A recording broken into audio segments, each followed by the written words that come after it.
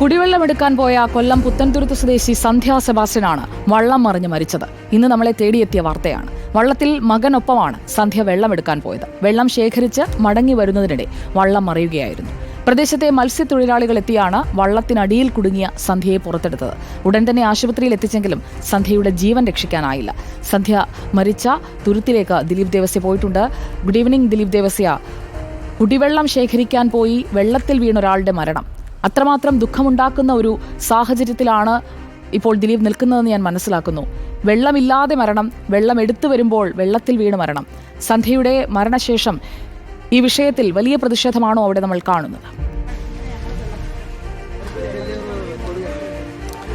സുജിയ, ഒരു വീട്ടിലെ ആവശ്യത്തിന് വെള്ളമെടുക്കാൻ പോകുന്ന അമ്മയും മകനും അതുതന്നെ കഷ്ടമാണ്. അമ്മയും മകനും വെള്ളമെടുത്ത് വരുന്നതിനിടെ വള്ളം മറിഞ്ഞാണ് അമ്മ അതിദാരുണമായി മകൻ്റെ മുന്നിൽ വെച്ച് മുങ്ങി മരിക്കുകയും ചെയ്യുന്നത്. ഈ വള്ളം മറിഞ്ഞ ഉടൻ തന്നെ ഈ സന്ധ്യയെ തൊട്ടടുത്ത ബോട്ടുകാരൻ രക്ഷിക്കുകയും ചെയ്തു. ഈ പുത്തൻ തുരുത്ത്, അതുപോലെ ശക്തികുളങ്ങരയിലുള്ള മറ്റ് തുരുത്തുകളെല്ലാം തന്നെ കുടിവെള്ളം കിട്ടാക്കനിയാണ്. ഇപ്പം നമുക്ക് ദൃശ്യങ്ങളിൽ കാണുന്നത് ഒരു വീട്ടിലെ ഒരു ഗൃഹനാഥൻ വെള്ളത്തിന് വേണ്ടി പോകുന്ന ദൃശ്യങ്ങളാണ്. ഇത്തരത്തിൽ ഒരു കൊച്ചു വെള്ളത്തിൽ ഇന്ന് രാവിലെ സന്ധ്യയും മകനും പോകുന്നതിനിടെയാണ് വള്ളം മറിഞ്ഞ് അപകടം പറ്റി. നമുക്ക് ആ ദൃശ്യങ്ങളിൽ നോക്കൂ സുജിയ, ഈ ദൃശ്യങ്ങളിൽ നിന്ന് തന്നെ എല്ലാം വ്യക്തമാണ്. മറ്റൊന്നും പറയേണ്ടതില്ല.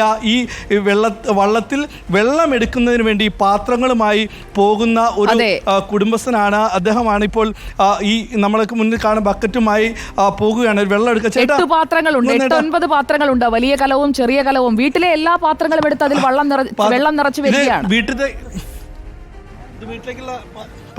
വീട്ടിലേക്ക് എത്ര വെള്ളം കിട്ടാതെ 8 ദിവസത്തേക്കുള്ളായി. 8-9 ദിവസമായിരുന്നു.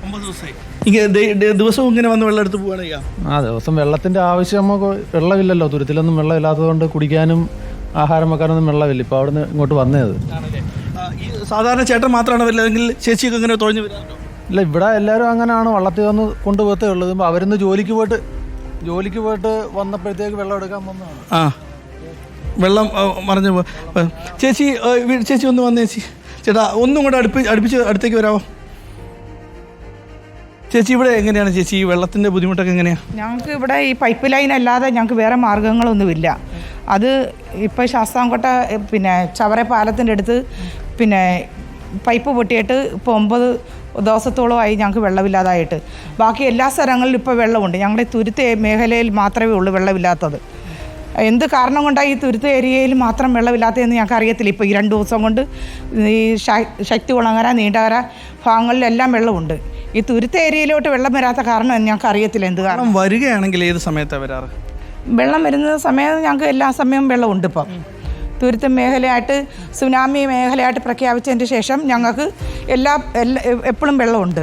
പിന്നെ ഇപ്പം ഞങ്ങൾക്ക് മോട്ടർ എന്ന് പറയുന്നത് ഇത് കൊണ്ടുവന്ന് വെച്ച് മീറ്റർ കൊണ്ടുവന്ന് വെച്ചതിന് ശേഷം ഞങ്ങൾക്ക് ഇച്ചിരിച്ച വെള്ളമേ ഉള്ളൂ. അത് സന്ധ്യേനെ അറിയാം. സന്ധ്യയുടെ തൊട്ടയിലത്ത് താമസിച്ചാണ് ഞാൻ. അതിൻ്റെ ഒരു സന്ധ്യേനെ നല്ല ഭംഗിയായിട്ട് അറിയാം. പിന്നെ സന്ധ്യയുടെ വീട്ടിലൊക്കെ വെള്ളമില്ല. ഞങ്ങൾക്കിപ്പം ഈ തുരുത്ത് മേഖല മൊത്തം വെള്ളമില്ല. ഞങ്ങളിങ്ങനെ കൊച്ചുവെള്ളത്തിലൊക്കെ വന്നാൽ വെള്ളം എടുക്കുന്നത്. ഞങ്ങളുടെ ജീവിതത്തിന് ഒരു ഗ്യാരണ്ടി ഞങ്ങൾക്കില്ല. ആ ഒരവസ്ഥയിലാണ് ഞങ്ങളിപ്പോൾ ജീവിക്കുന്നത്. മറ്റൊരു സുജിയ, ഈ തോണിയിലേക്ക് ഒന്ന് നോക്കുക. ഒരു ചെറിയ പാത്രം പോലും, വീട്ടിലെ ഏറ്റവും ചെറിയ പാത്രം, ചെറിയ പാത്രം പോലും എടുത്തുകൊണ്ടാണ് ഈ വീട്ടുകാരൻ വെള്ളത്തിന് എത്തിയിരിക്കുന്നത്. നമുക്ക് സുജിയ പറഞ്ഞതല്ലേ, ഏകദേശം 9ഓളം പാത്രങ്ങളുണ്ട്. 3, 6, 9 പാത്രങ്ങൾ കൊണ്ടാണ് ഇവർ എത്തിയിരിക്കുന്നത്. വീട്ടിലുള്ള എല്ലാ പാത്രങ്ങളും എടുത്ത് ഒരു തുള്ളി വെള്ളം പോലും പാഴാക്കാതെ അത് ശേഖരിക്കുന്നതിന് വേണ്ടി തോണിയിലെത്തിയതാണ്. ഇന്നും ഇതുപോലെ തന്നെയായിരുന്നു സന്ധ്യ ആ തോണിയിൽ ഇത്തരത്തിലുള്ള പാത്രങ്ങൾ നിറച്ച് പോകുകയായിരുന്നു. സന്ധ്യയുടെ മകനും ഒപ്പമുണ്ടായിരുന്നു. ഈ സമയത്താണ് ഈ വള്ളം മറിഞ്ഞ സന്ധ്യയ്ക്ക് അതിദാരുണമായ ആ വള്ളത്തിൽ ഇതുപോലെ വെള്ളവും നിറച്ച് മറുകരയിൽ നിന്ന് മടങ്ങി വരികയായിരുന്നു സന്ധ്യ. നമുക്ക് സന്ധ്യയുടെ വീട്ടിലേക്കൊന്ന് പോകാം. പ്രവീൺ പുരുഷോത്തമൻ അവിടെയുണ്ട്. പ്രവീൺ പുരുഷോത്തമൻ, ഇപ്പോൾ ആ വെള്ളം എടുത്ത് വരുന്ന ആ ചേട്ടൻ ഇപ്പോൾ എന്തായാലും മുകളിൽ ദിലീപിന്റെ അടുത്തെത്തിയിട്ടുണ്ട്. അദ്ദേഹവുമായി കൂടി സംസാരിച്ചോളൂ, എന്നിട്ട് ഞാൻ പ്രവീണിലേക്ക് പോയിക്കോളാം. ചേട്ടാ, നമുക്ക് ഈ പ്രദേശത്ത് നമുക്കൊന്നും കൂടെ സൈഡിലേക്ക് നിൽക്കാം. ചേട്ടാ, എങ്ങനെ ചേട്ടാ ഈ പ്രദേശത്ത് വെള്ളത്തിൻ്റെ നിങ്ങളൊക്കെ പലതവണ പരാതി പറഞ്ഞ ആളുകളായിരിക്കുമല്ലോ, എന്തെങ്കിലും ഈ അധികൃതരെല്ലാം മറുപടി ഒന്നും പറഞ്ഞല്ലോ? വെള്ളം നമുക്ക് ഇങ്ങനെ പൈപ്പ് ലൈൻ പൊട്ടുന്നതാണ് ഏറ്റവും വലിയ പ്രശ്നം. നമുക്കല്ലാതെ അവിടെ കുടിവെള്ളത്തിനോ അല്ലാത്ത ഒരു ഇതില്ല. കിണറോ കാര്യങ്ങളൊന്നും ചെയ്യാൻ പറ്റത്തില്ല, ഉപ്പുവെള്ളമാണ് വരുന്നത്. ഈ ഒരു പൈപ്പ് ലൈനിൻ്റെ ഇതുകൊണ്ടാണ് ഞങ്ങൾക്ക് വെള്ളം കിട്ടുന്നത്. ഇപ്പോൾ രാവിലെ 7 മണിക്ക് 8 മണിക്ക് വന്നാൽ 10 മണിക്ക് മുമ്പ് ഇപ്പം വെള്ളം നിർത്തുന്നുണ്ട്. ഒരു ജോലിക്ക് പോകാൻ നേരത്തിന് വെള്ളം വീട്ടിൽ വരാറുണ്ടോ? രാത്രി വൈകിട്ട് ചില സമയത്ത് ഉച്ചവരെ കാണും, ചില സമയത്ത് 9 മണി 10 മണിയാകുമ്പോൾ 6 മണിക്ക് വന്ന് 10 മണിക്ക് വെള്ളം തീരും. ഞങ്ങൾ ബോട്ടിൽ പണിക്ക് വന്നേ, അന്നേരം വീട്ടിലുള്ളവരുടെ വീടിന് ചുറ്റിലും വെള്ളമുണ്ടെങ്കിൽ കുടിക്കാൻ വെള്ളമില്ല. ഇല്ലില്ല, അതാണ് അവസ്ഥ. ഒരാഴ്ച കൂടുതലായി തുരുത്തി വെള്ളം വന്നിട്ട്. ഇന്നിപ്പം വെള്ളം എടുക്കാൻ വന്ന ആളാണ് സംഭവിച്ചത്. ഇവിടെ വന്ന് വെള്ളം എടുത്തുകൊണ്ട് വിട്ട് വല്ല ബോട്ടിൽ ഈ ബോട്ടിന് താഴെ കൂടാ പോയത്, ഈ ബോട്ടിന് താഴെ കൂടാ ആള് പോയത്. ഇടയ്ക്കാണ് ആ വെള്ളം കമ്മുന്നത്. കടപ്പാടമില്ലാത്ത ആളാ, സ്വന്തമായിട്ട് കടപ്പാടില്ലാത്ത ആളാ. 40 വയസ്സേ ഉള്ളൂ. ഒരു പെണ്ണുണ്ട്, പെണ്ണെ പോലും കിട്ടിച്ചില്ല. നമ്മൾ ഈ പരാതിയൊക്കെ ഇവിടുത്തെ അധികൃതരോടും കൗൺസിലറോടും ഒക്കെ പറഞ്ഞിട്ട് എന്തെങ്കിലും നടപടി? കൗൺസിലർ ഞങ്ങൾക്ക് വേണ്ടി നല്ല നല്ല കാര്യങ്ങളാണ് ചെയ്യുന്നത്. ദീപു നല്ല കാര്യങ്ങളാണ് ചെയ്യുന്നത്.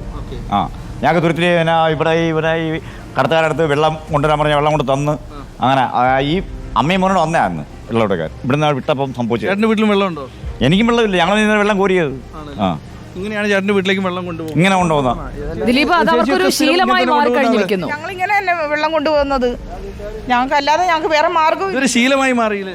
ഇതിപ്പോൾ ശീലമായി മാറി വന്നാൽ ഞങ്ങൾക്ക് പിന്നെ ഞങ്ങൾക്ക് കുളിക്കുകയും നനയ്ക്കുകയും എല്ലാം വേണ്ടേ, ആഹാരം വെച്ച് കഴിക്കണ്ടേ. എങ്ങനെ ആണുങ്ങൾ എങ്ങനെയും ബാത്റൂമിലോ പുറത്ത് എവിടെയെങ്കിലും പോകാം, പെണ്ണുങ്ങൾ എങ്ങനെ എവിടെ പോകും? കാര്യം കോർപ്പറേഷൻ മേയർ അടുത്തൊക്കെ പറഞ്ഞായിരുന്നോ? എല്ലാവർക്കും അറിയാം സംഭവം.